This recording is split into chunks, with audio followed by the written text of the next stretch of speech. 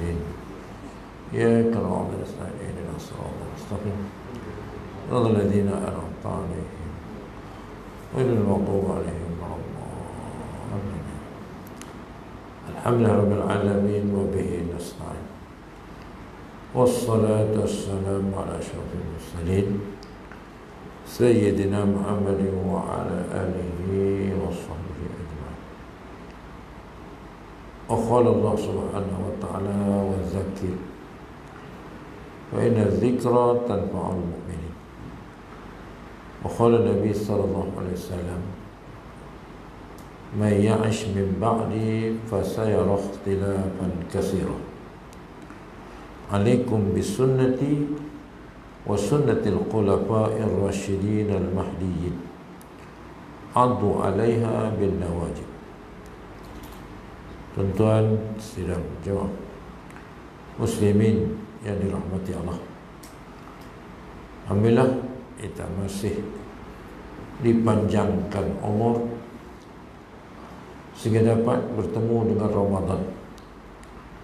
Alhamdulillah bagi yang sambung terus sitan min Syawal, maka dah habislah dah mari kita dah raya. Maka bagi yang masih belum melengkapkan 6 hari, maka teruskanlah. Karena Nabi SAW dalam hadis baginda, man shoma Ramadan summa atba'hu sittan min Syawal faka'annama shoma ad-dahru kullu.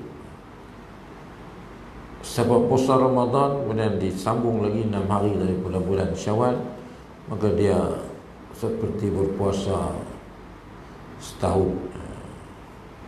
Jadi kabutlah. Lebih-lebih lagi di akhir zaman, kita boleh kata kita ni duduk di ambang kiamat.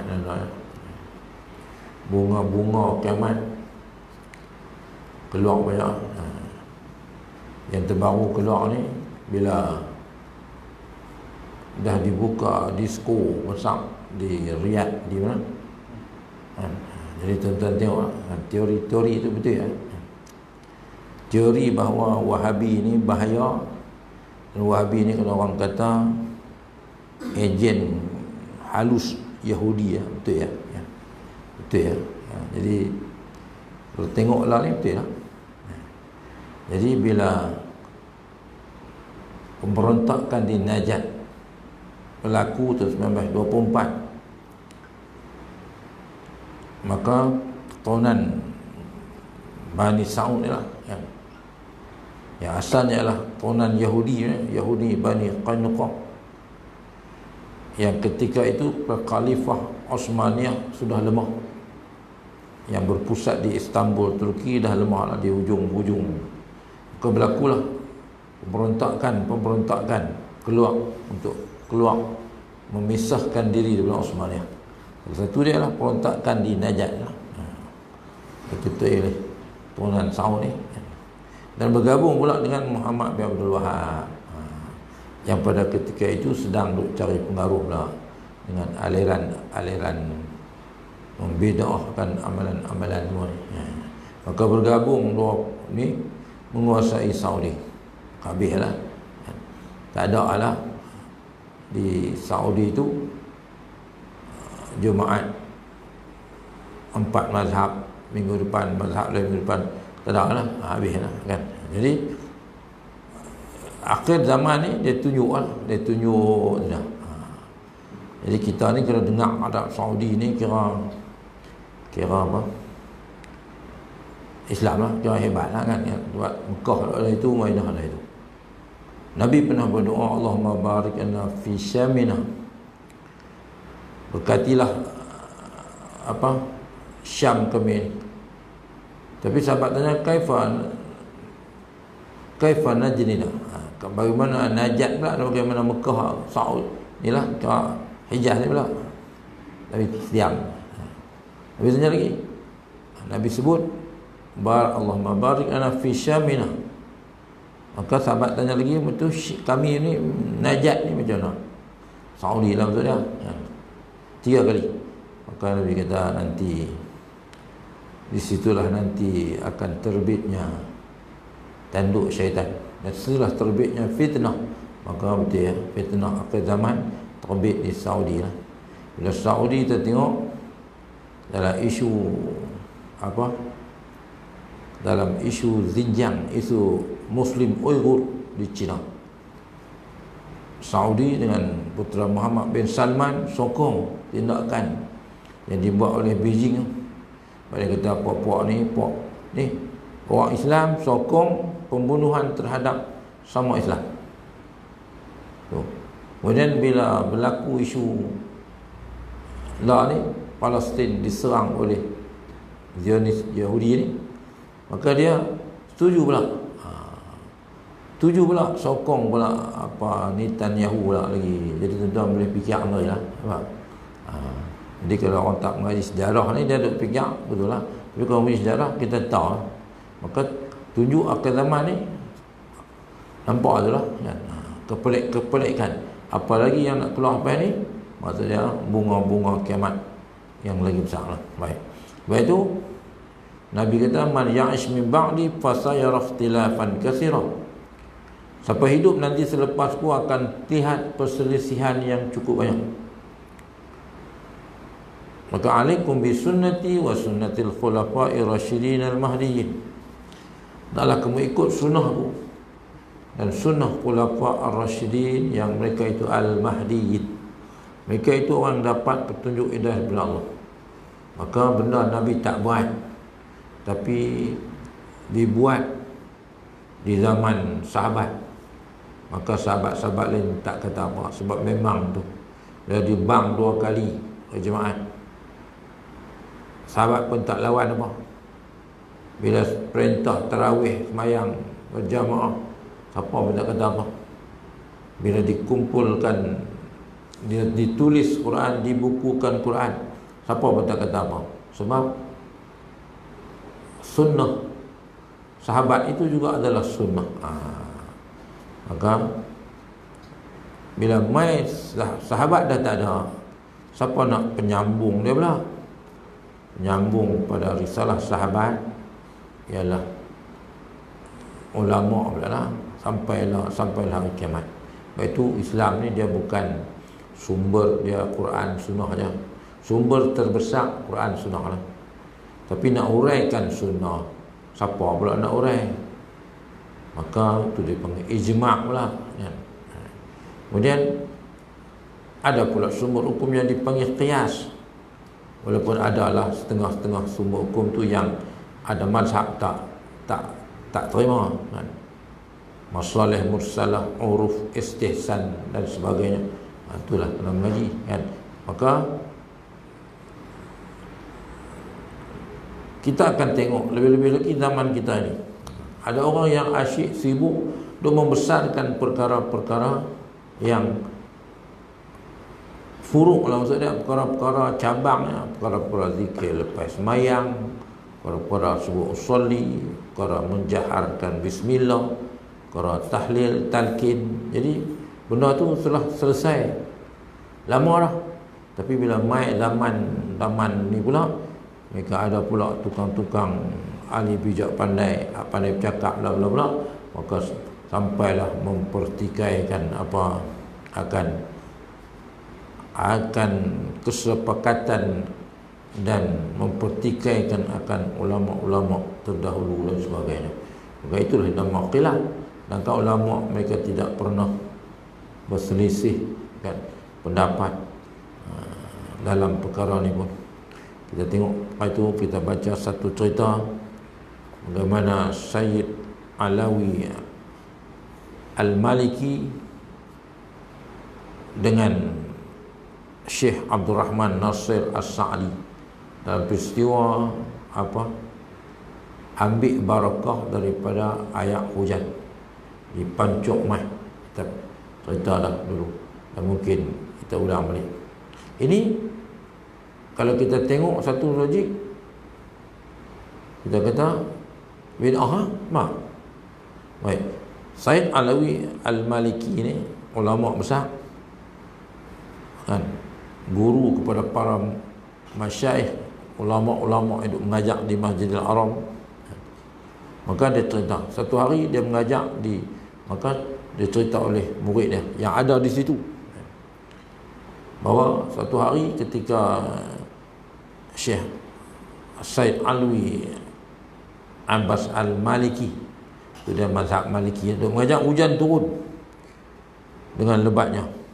Maka daripada pancuk emas itu, hujan bukan senang nak ada di Mekah ni, tapi lah kau ada sampai baru ni bulan puasa ni sampai hanyut kereta-kereta habis dah. Abang kata pelik tu. Baik. Jadi hujan turun lebat. Maka daripada pancuk emas tu turun ayak hujan lah. Maka orang-orang Arab ni, Hijaz ni, lari pi mandi tengah hujan lah. Hujan bukan senang nak ada. Kemudian ambil minum air daripada pancuk emas itu dengan harapan dapat barakah lah. Air hujan daripada pancuk emas lah. Maka polis ada jaga di sekeliling Kaabah tu. Polis banyakkannya daripada Najat lah. Badui Najat. Jadi dia ambil keturunan puak dia lah daripada mai tu kan, jaga polis. Maka polis ni jenis Wahabi lah tu dah kan. Maka larang puak-puak perbuatan ni dan anggap kata buatan-buatan syirik tu. Mandi yang duk ambil barakah daripada, maka sehingga mereka tempit, oi orang-orang musyrik ni lah. Jangan duk buat perbuatan syirik itu. Haram, berhentikan. Maka orang-orang Hijaz tadi ni berhenti lah. Tapi dalam perasaan tak puas hati lah. Maka pada ketika itu juga ada dua majlis ilmu. Satu Sayyid Alawi Al-Maliki dan satu lagi adalah Syekh Abdul Rahman As-Sa'di ni. Maka mereka pun mai lah tanya pada Sayyid Alawi Al-Maliki ni, apa hukum ambil berkat daripada ayat hujan yang turun daripada pancuk emas tu. Maka seronoklah bila Said Alwi Al-Maliki ni kata, boleh, tak ada apa. Mereka pun taruh pergi. Maka seronoklah pergi terjun, pergi balik lah. Betul dah, tu lah. Maka polis yang jaga ni marah lah, halang mereka. Tapi dia kata kami tak kisahlah. Syekh Said Alawi dah kata boleh kan. Maka polis ada jaga dia pun macam penin lah. Kacau kan. Maka mereka pun pergilah kepada satu sudut yang ada tok guru dia pula. Ibnu As-Sa'di, Syekh Abdul Rahman As-Sa'di tadi ni. Pergi tanya, pergi cerita tentang, kata Syekh Said Alawi membolehkan, benarkan pergi ambil ayat barakat ayat hujan yang turun daripada pancuk emas tadi. Maka dia pun bertanya Tok Guru dia. Jadi maksudnya ada macam-macam lah pengajian di Mekah ni. Mana? Masa tu bertanya Syekh Ibn Sa'di ni, dia pun tahu ambil selendang dia dan berjalan pergi menuju ke tempat pengajian Said Alwi Al-Maliki tadi. Tapi penuh adab, dengan penuh adab, maksudnya pi, tapi nak tanya tetapi dengan penuh beradab. Kita ni tak ada adab, terus orang buat perbuatan ni, ini bid'ah sesat tu. Tu tak ada adab ni. Tak ada adab kan, tak ada adab. Terus kira tak sealiran dengan kita, bid'ah, haram, masuk neraka. Dia jenuh hukum kan. Jadi kita tak boleh terima kita aja betul. Payah cerita kita aja betul ni, payahlah. Sedangkan benda-benda ni bukan benda macam hari ni lah. Hari ni ada orang mengamuk di masjid. Entah pasal tak bagi pergi sembahyang Jumaat. Minggu lepas hampir sembahyang lah. Minggu ni nak main lagi. Nama tak ada lah kan. Dan tuan-tuan bukan tahu cerita, saya benarkan hari raya sampai 200 orang. Apa saya kena? Tahu? Betul bukan tahu? Saya kena jawab apa? Saya benarkan raya tu sampai dekat 200 orang. Takkan dia bagi 50 lah. Tentu saya kena jawab tentang apa? Tiba-tiba kita tak apalah, payah-payah kita ketat orang bagi 50 minggu Jumaat minggu lepas. Jadi orang ni minggu lepas bayar lah. Minggu ni main awal. Tapi saya tak sampai je lah. Petugas pemuda-pemuda tu tak bagi nama tak ada. Oh, dihingap tu tuan-tuan. Kalau tidak orang tak tahu kata hang tak tadi bodoh sombong macam kita kata itulah. Ada orang pertikaikan fatwa daripada mufti Dr. Lokman Abdullah, mufti wilayah tu ni kan, pasal Dr. Lokman kata siapa tak rentas neri dengan tipu lah maksudnya haram. Dia keluar dalam YouTube lah, cabar mufti wilayah, ambil dalil daripada keluar hadis daripada Quran. Jadi sebut betul pun orang tahu tak tarik lah. Mana ada hadis daripada Quran ya. Jadi kalau hang tak cakap pun orang tak tahu kata hang bodoh kan. Tapi tiba-tiba buat begitu bodoh semua kan. Jadi macam ni lah. Asal zat tak main tu hilang malu kan. Duduk dokah. Depa pun jawab lah apa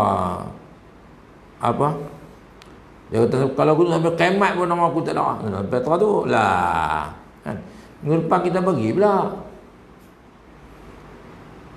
Minggu depan kita bagilah pula puak-puak tak ada nama di surau. Tapi lepas tu pergi masjid.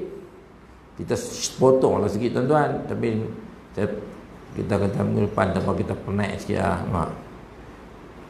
Jadi ada hingat di masjid. Jadi Nabi kata idza fa'alat ummati 15 khoslatan halla 'alaiha al-balagh. Bila umatku buat 15 perkara ni, bala Allah turun lah, nanti tenang turun. Apa dah satu dia ialah wartafa'atil aswat fil masajid. Apabila suara sudah ditinggikan di masjid, mai bertengkar di masjid, mai derekah orang dalam masjid, maka habis ya, bukan tak boleh berdebat apa, boleh lah, tapi kira ni bukan berdebat ni, main derekah orang. Pasal tak pergi main Jumaat hari ni ya. Tuan-tuan tak main Jumaat pun tak berdosa lah. Jadi nak kalut apa? Biar ada nama api sudah lah. Tuan-tuan tak main Jumaat pun pahala sebab main Jumaat lah. Pasal dah keputusan ni bukan keputusan dibuat oleh orang politik saja. Semua ada, ahli fatwa semua ada. Untuk mengelakkan darurat yang lebih besar. Tak apa. Tidak silap lagi dah umuman, tutup semua terus senang. Kan, polis dengan Negeri Sembilan, tutup terus lah. Tak ada, tuan-tuan semua tak boleh main sembahyang. Tinggal 5 orang ke 12 orang. Kedah ni tak buat urusan ni lah. Tapi hari ni Kedah sampai berapa ribu lah? 9. Tadi sampai tengah hari tadi 6,000. Tak tahu sampai jadi tak tahu apa keputusan. Tak ni tahu lah. Jadi dah keputusan pemerintah as-sam'u wa ta'ah malam yu'mar bimaksiatin, dengar taat benda hak tak suruh buat maksiat lah. Fa idza umira bimaksiatin fala sam'a wala ta'ah. Bila disuruh buat maksiat tak payah dengar lah. Ni tak bagi main-main Jumaat ya, sebab alasan fatwa mau lepas main dah. Mana main duduk derekah di masjid. Derekah kat orang muda derekah balik kan. Lepas tu asal tadi tak main lah, malu. Botol sendiri lah. Unta jadi kan. Payah cerita kan. Baik. Jadi tengok Abah Syekh Ibn Sa'di mai nak ambil penjelasan. Bila dah kata Syekh Abdul Rahman Al-Maliki, Syekh Alwi Al-Maliki ni kata tak apa, boleh barakah, maka dia aliran lain maksudnya. Tapi mai tanya dengan penuh beradab ni, dengan penuh adab. Syekh Ibn Sa'di ni duduk di sebelah Said Alwi kan. Maka bila tengok, dua ulama besar tapi pemikiran aliran lain-lain, duduk orang pakai mai kumun penuh lah. Bila mai kumun penuh dengan penuh sopan dan adab, Syekh Abdul Rahman As-Sa'di ni tanyalah pada Syekh Alawi Al-Maliki ni, wahai Sayyid, betul ke tuan kata, tuan benarkan mereka mandi, dan tuan kata ayat yang turun daripada pancuk mah itu barakah? Maka Syekh Alawi kata, ya betul dia dah. Bahkan dia kata bukan satu berkat, dia ada dua berkat. Ada dua barakah daripada ayat hujan yang turun daripada pancuk mai. Yang pertama dia kata barakah tu. Maka Syekh M. Sa'di pun terkejutlah dan tanyalah, macam mana boleh jadi begitu? Macam mana ada sampai dua berkat ni? Maka kata Syekh Alawi, satu berkat daripada air itu, kerana Allah berfirman, dia baca ayat Allah, baca ayat surah Al-Qaf ayat 9. Dia kata wa nazzalna minas sama'i ma'am mubarakan. Ayat Allah yang kata, dan kami turunkan daripada langit itu air yang mubarakan, ayat yang berkat. Mana air hujan tu berkat. Barakah ayat hujan tu berkat dia, sebab apa? Dia menyiram, menghilangkan kepanasan, menyuburkan bumi. Ayat hujan tu berkat, bukan ayat ciptaan manusia. Allah yang turunkan hujan, barakah lah. Kemudian dia kata lagi pula tentang kelebihan Kaabah pula. Inna awwala baitin wudi'a lin-nas lalladzi bi Bakkah mubarakan wa hudan lil alamin. Sungguhnya rumah yang pertama dibina untuk manusia beribadat kepada Allah ni ialah Makkah. Bakkah, nama lain Makkah lah, yang mubarakan. Jadi Baitullah tu berkat. Wa hudan lil alamin, dan jadi petunjuk dan hidayah bagi. Mana dia satu barakah ayat hujan, satu barakah Mekah tu. Maka apatah lagi ayat hujan tu pula turun di Baitullah pula, lagi berkat lah. Maka ayat hujan yang turun dari pancur Mekah itu memiliki dua keberkatan dia. Satu keberkatan air dan satu keberkatan Baitullah itu. Syekh Ibn Sa'di ni terkejut dengan keilmuan, ketinggiannya ilmu Syekh Alawi Al-Maliki tadi kan. Maka dengan penuh kesedaran, keinsafan lah, dia mengakulah, subhanallah, dia kata, macam mana boleh aku tak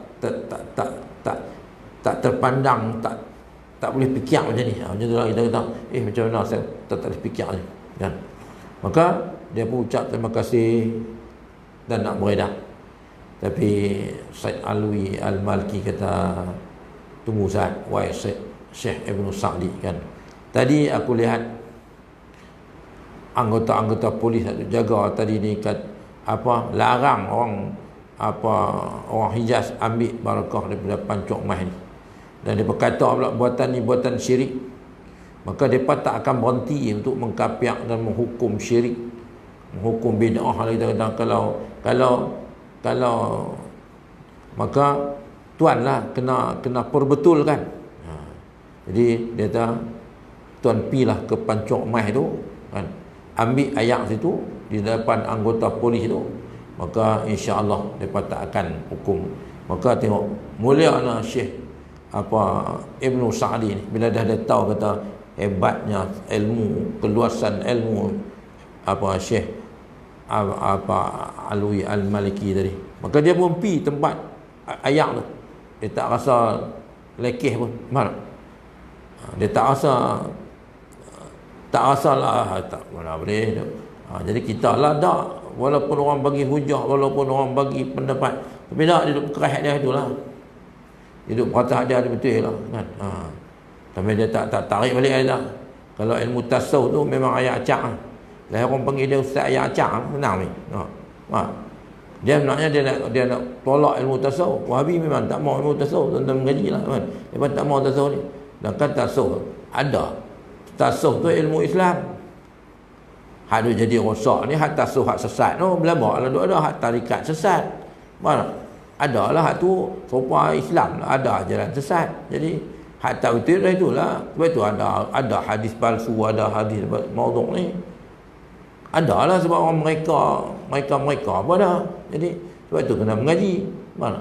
Jadi apa hadis dhaif ni dia mungkin dari segi periwayatan dia tak ramai maksud dia, tapi dia tetap hadis. Mana? Maka tengok bila Ibnu Sa'di turun pi Panjang Mas, basahkan pakaian dia kan, ambil sikit air untuk minum. Maka pok-pok polis tengok tadi ni termalu, terbotol tu lah maksud dia kan. Jadi itu cerita dia. Jadi apa cerita ni ada dalam kitab. Right. Jadi apa kadang-kadang macam tu lah kan. Baik, kita benar-benar khilafiyah. Jadi orang ni ada pandangan dia, orang ni ada pandangan dia. Maka kita tak boleh dengan cepat menghukum, kecuali lah orang mereka hadis palsu ke apa ke, lainlah mana. Baik, jadi macam malam ni kita Allah tanda lah. Ania tu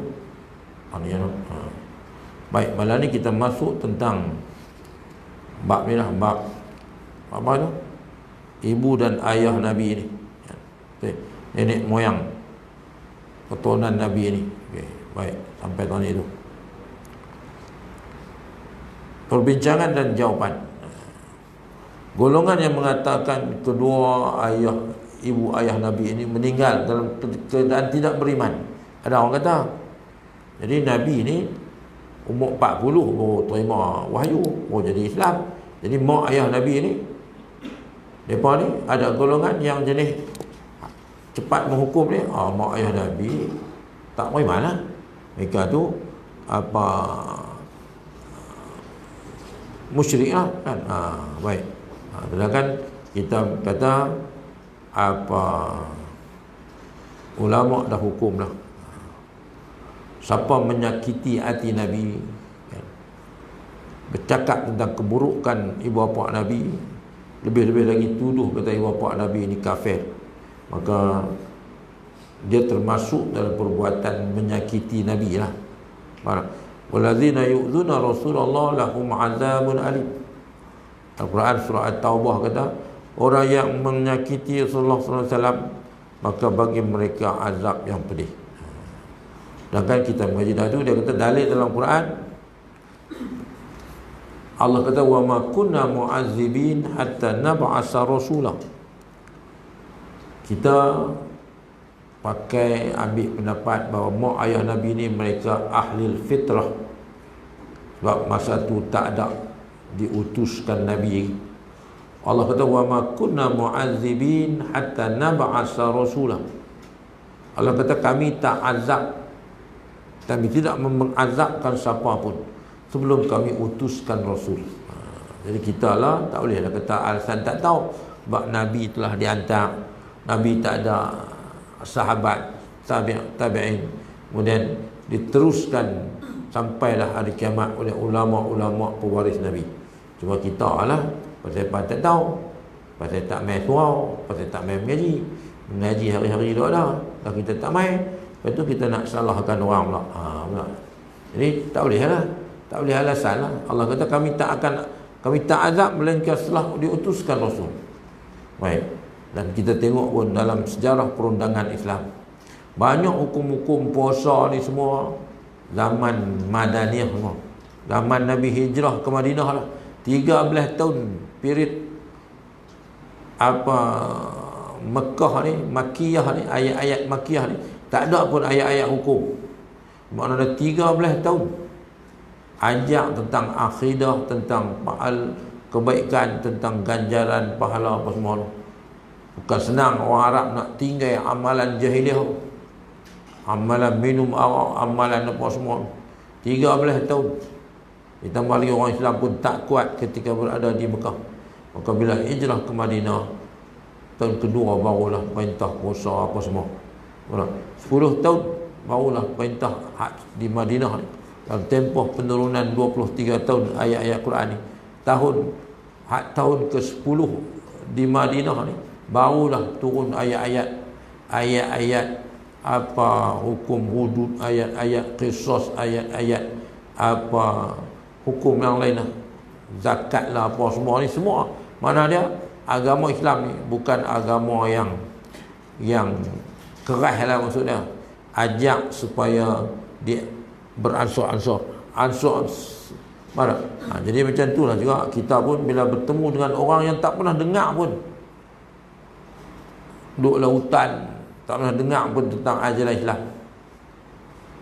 Jadi mereka ni ahli fitrah kan, duduk di mana pendalaman mana kan. Kita ni kira tak ada lah kot, sebab kita ni semua dah. Tapi mungkinlah kampung-kampung tak ada apa, surau pun tak ada, tok guru pun tak pergi mengajar. Kita nak salahkan mereka. Tapi lah ni kita taklah sampai tengah tu. Sebab apa? Semua tempat, semua ada masjid, ada surau. Mana? Mungkin lah ada tempat yang ustaz-ustaz tak pergi, ustaz-ustaz duduk lena di rumah. Lepas tu kita nak salahkan mereka. Kenapa? Hang pun tak pergi mengajar. Mana? Ustaz duk buat isu bid'ah, duk ni tak boleh percaya si malam Jumaat. Adakah haram tak mengajar dia pun kan? Jadi nak salah macam mana? Mana? Hari Jumaat ustaz tak mau percaya Yasin. Ustaz menyorok dalam jamban. Jadi tak kacau tu. Mana lebih baik? Baca Quran kan menyorok dalam jamban. Ustaz menyorok dalam jamban. Pasal apa? Oh bid'ah baca Yasin. Tak kacau. Baca Yasin bid'ah kan menyorok dalam jamban bid'ah. Mak, entah boleh fikir atas itu lah. Mak. Jadi tak kacau. Kalau ustaz tak mau baca doa pada hari sukan, pasal sehari ni lari, dah tak tu tak apa hari. Tak apa. Ustaz bertegas, tak mau tu salah abang buat baca doa lah. Sehari nak lari pula nak pakai. Tak apa, orang boleh terima. Ni nak baca Yasin pada hari Jumaat. Ustaz menyorok dalam jamban. Pasal apa? Pasal baca Yasin bid'ah. Dan fikir masuk akal. Dan fikir pun orang boleh gelak kan. Baik. Jadi tengok, Allah tak azab kita melainkan setelah Allah utuskan Rasul. Jadi tak ada alasan lah kalau kita tak mai kita tak mai mengaji, kita tak tahu tu cerita lain lah kan. Baik. Maka ada lagi dalil. Allah kata dalam Quran surah Asy-Syu'ara wa takhallubuka fis sajidin. Dan gerak-gerimu antara orang-orang yang sujud. Bahawa dalil kedua ayah ibu Nabi itu adalah orang yang terselamat. Baik. Jadi maka perbincangan dan jawapan malam ini dia kata, golongan yang mengatakan kedua-dua ibu ayah Nabi itu meninggal bukan tidak beriman. Mereka pakai hadis ni ibadah istazantu rabbi an astaghfira li ummi falam ya'zan li. Sebab ada hadis Nabi kata, aku minta pada Tuhanku untuk mohon keampunan bagi ibuku. Falam ya'zan li, tapi dia tidak mengizinkan aku. Wasta'zantuhu an azura qabraha, lalu aku minta izin untuk menziarahi kuburku. Lalu fa'azana li, lalu dia mengizinkan aku. Dia kata tu pasal tu dalil dia. Nabi kata aku minta ke Allah untuk ampunkan ibuku, tapi dia kata falam ya'zan li, tak diizinkan. Tapi aku minta izin untuk menziarahi kubur ibuku, maka diizinkan.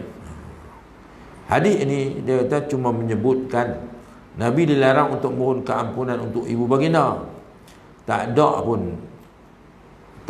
pun alasan dalam larangan itu bahawa mak Nabi ni duduk dalam neraka ke apa ke. Mana? Tak ada. Dia cuma tidak diizinkan. Bukan maksud tak diizinkan. Macam kita lah, walaupun pi ziarah, Nabi kata la tushaddu rihal ila salas masajid.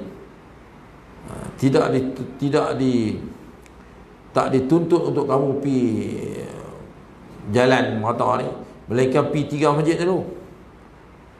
Masjidil Nabawi, masjidku, wa Masjidil Haram, wa Masjidil Aqsa. Kalau orang pendapat keras kata, oh tak boleh. Lagi tak pi Mekah, tak pi Madinah, tak boleh pi berjalan tau. Tu pendapat keras. Tapi kita pakai tak, dia bukanlah maksud dia wajib dah. Tapi keutamaan sebelum kita nak pi berjalan mana. Kalau boleh kita pi, nak pi. Kalau tempat lain kita boleh pi melawat. Pasal apa tak boleh pi melawat Mekah lu. So betul, tu tuntutan sunnah ya. Tapi dah apa kita dapat pergi mengaji, anak kita dapat mengaji luar negeri, takkan nak pergi Mekah lu kot, dia pergi Amerika lu lah kan. Tu jadi itu pandangan kita yang kita ikut pandangan yang lebih ringan maksudnya. Jadi itu yang dipanggil khilaf. Orang kata lagi tak boleh pergi haram. Tu pandangan keras.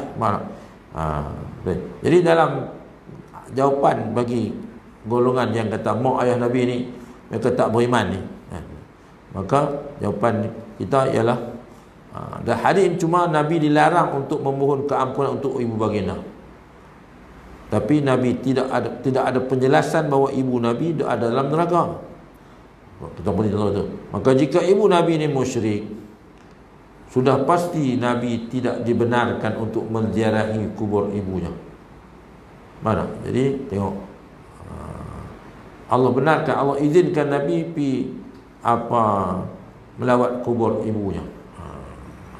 Maka daripada Anas beliau berkata, inna rajulan qala ya Rasulullah aina abi.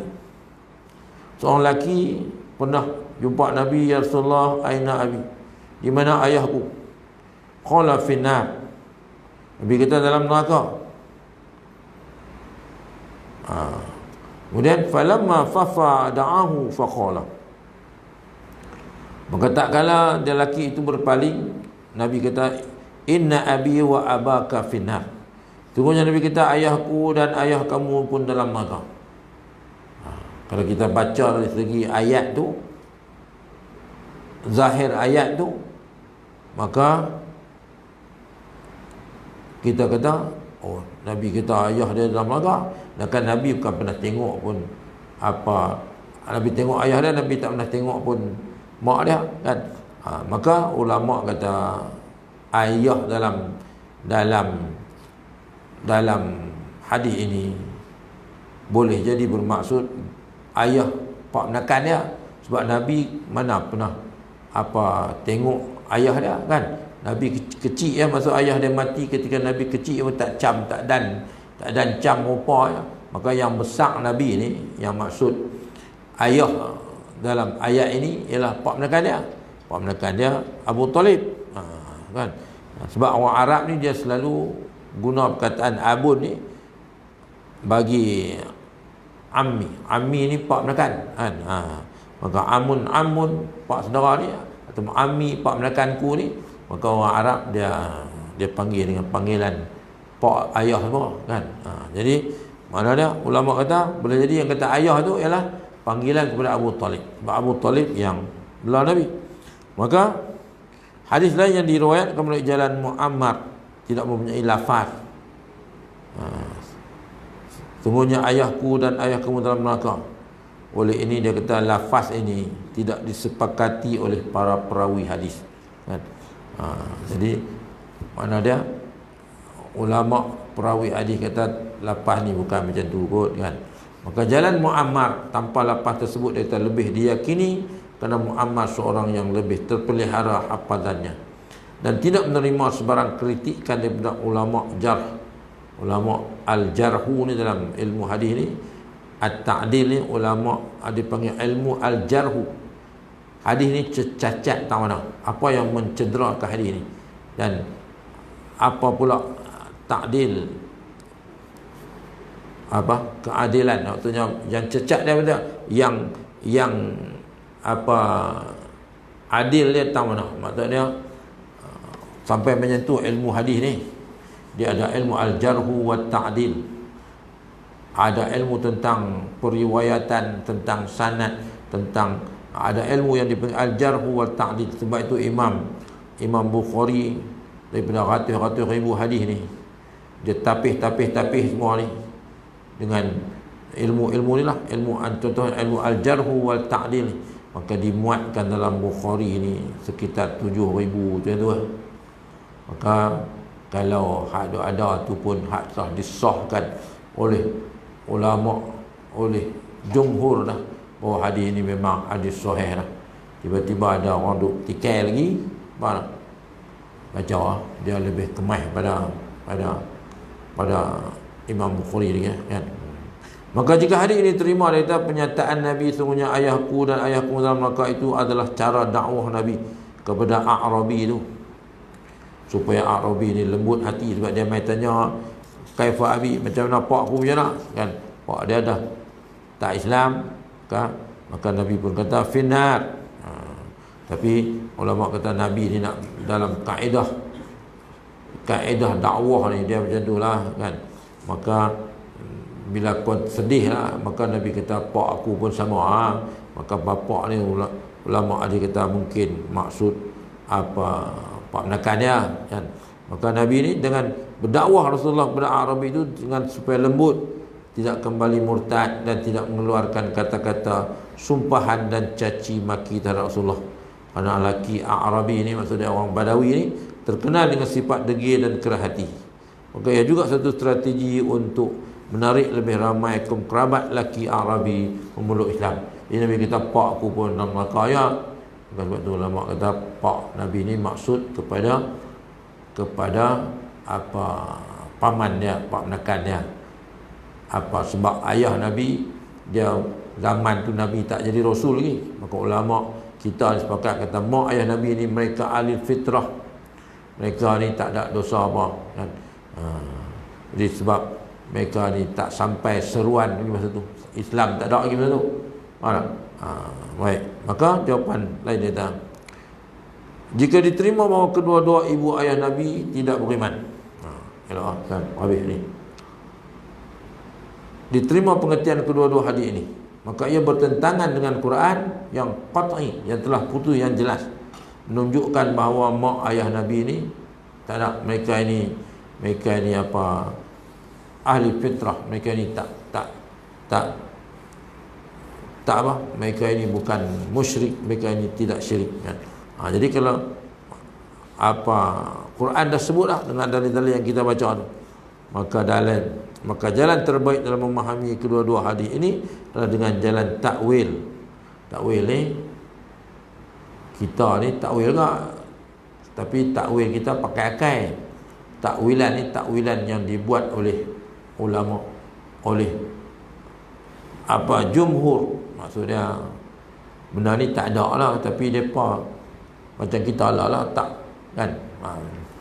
Zaman Nabi mana nak ada perkataan apa takaful kan, tak ada lah. Tapi dia muncul di mana?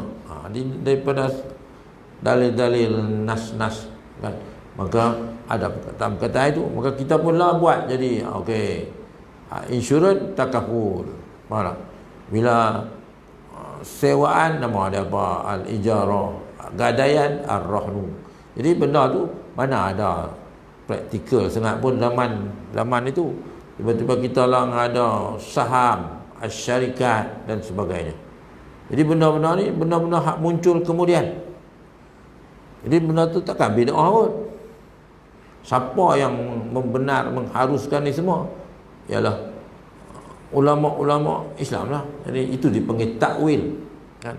Takwil itu dipanggil hukum, yang dipanggil apa qiyas.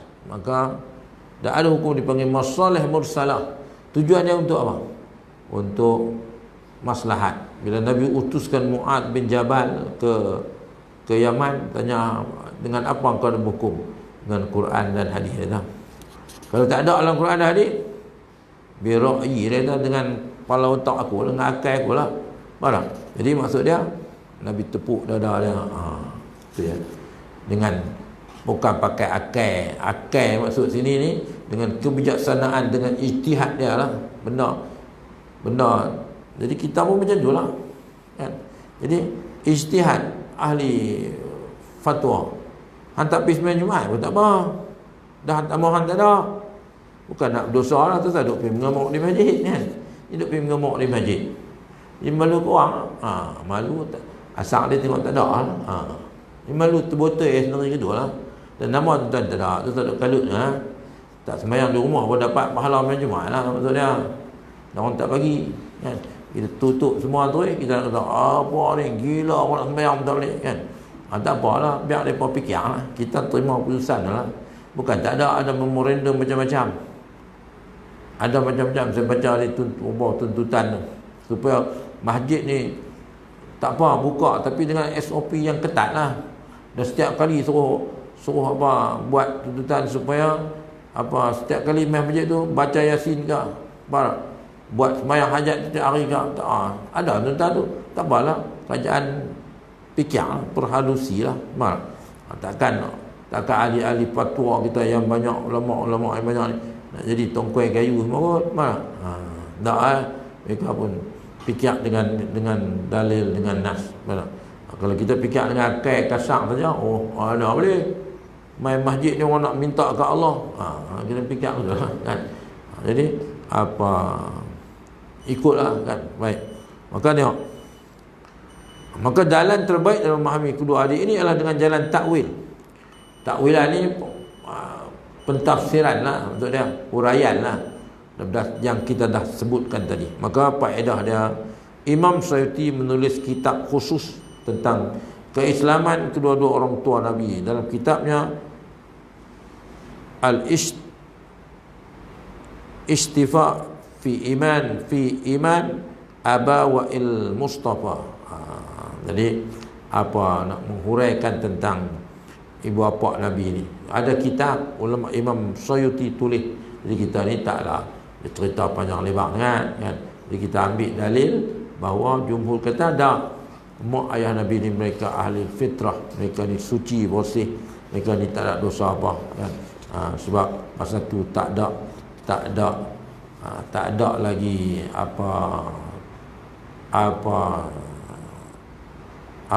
tak ada lagi diutuskan Nabi. Dan mereka pun kita tak boleh kata mereka tak sembah berhala ke apa. Itu sebab mereka yang melahirkan Nabi. Maka kita yakin bahawa mana